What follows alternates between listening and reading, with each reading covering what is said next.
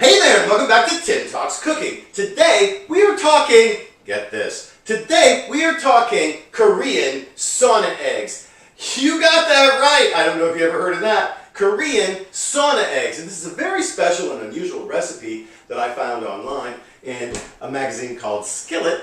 And it's written by a woman named Claire Lowe, and I just want to thank her for this ingenious and very interesting recipe. Now, I'm also going to tell you here, I've never tried this before. Actually, it's my Carl who said he'd like to try these. He loves hard-boiled eggs, so we're going to do it. So, let's get started. This recipe only has 3 simple ingredients. It starts off with a dozen eggs at room temperature, as I mentioned, and 2 teaspoons of salt, this is kosher salt, and water, and that's pretty much it.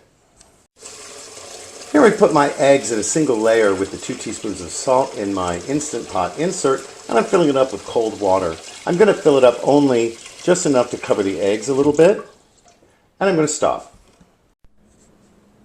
Our next step is pretty simple. We're going to take the insert filled with our eggs, water, and salt, put it in the Instant Pot, put the lid on, seal it. Make sure that your little topper here, that it's not on venting, but on sealing. And here's another thing. You're going to want to use the egg button, but it's not really going to work for this recipe. We need this to be pressure cooked. So we're going to select meat and stew. We're going to make sure it's on high for 90 minutes.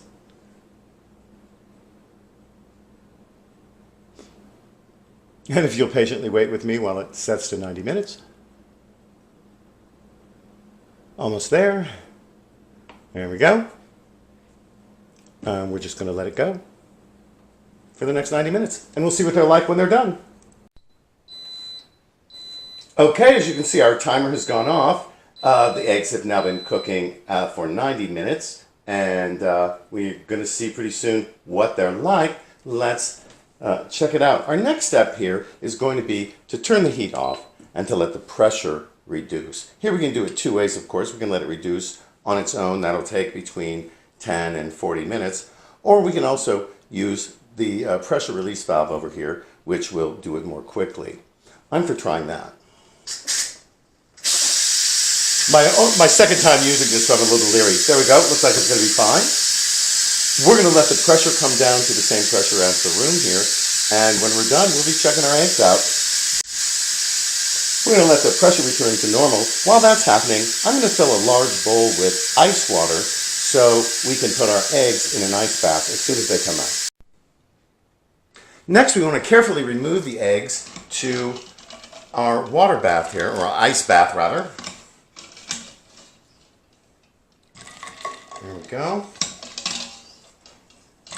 I could also have used a pair of tongs or a big spoon, I suppose. There we go. And we're going to let them stay in there until they've completely cooled. And here we have it after it's completely cooled down. You can see it's the shell is cracked a little bit here and there. Let's see how it peels. Oh, look at that. Look at the color there. That is slightly brown. It's got that membrane we want to make sure we get off there. Oh yeah, look at that. Oh, that's gorgeous. Ha ha ha ha ha. This is a very interesting way to cook eggs. Anyway, I'm just going to finish peeling it here. Guess I'm taking all day. It's not a Christmas present. Yeah, look at that. Let's give her a taste. After we cut it in half, let's see what we got inside there. All right. Here's our Korean sauna egg, or I guess they call them also 7-hour eggs. Time for a taste. I had to share my egg with my Carl, who is off camera, and who really says it's very interesting. I'm inclined to think he's probably right. Give it a little sprinkle with some kosher salt here.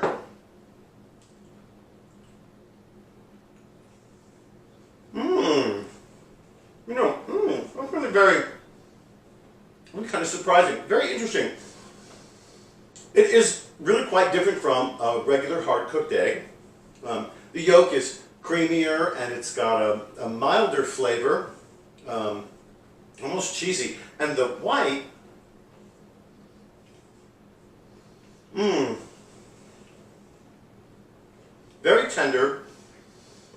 And a very faint, nutty flavor in the background there. Yeah, that is really good. I can see serving that in a salad of some sort, or really actually it's just eating it as a snack late in the afternoon when you're thinking dinner is never going to arrive and you need that low-carb snack to get you through. This might really be it. Very interesting. I hope to try this recipe, and I also hope that you will share, like, comment, and especially subscribe, which really helps my channel grow. Thanks for joining us here today again on Tim Talks Cooking. We'll catch you next time.